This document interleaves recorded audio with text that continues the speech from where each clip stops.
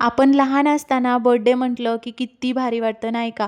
रात्रभर झोपसुद्धा येत नाही की उद्या माझा बर्थडे आहे, बर्थडे आहे. पण जसे-जसे आपण मोठे होत जातो तसे-तसे त्याचं क्रेझ पण कमी होऊन जातं नाही का? पण देवाकडे माझं एकच मागणं आहे की देवा जे काही मी प्रयत्न करते त्याला नक्की यश मिळू दे.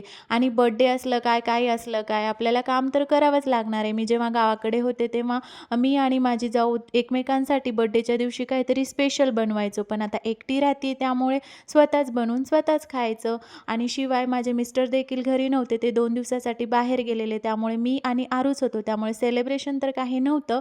पण मला एक सरप्राईज भेटलेलं. कोणतं ते मी तुम्हाला सांगेनच. आणि इकडे आम्हाला नवीन कप भेटल्यापासून दूध खूप आवडायला लागले बरं का. आणि ह्या साहेबांना शाळेत निघताना आठवलं, की आज मम्माचा बर्थडे आहे. म्हणून तो मला अशा प्रकारे विश करत आहे.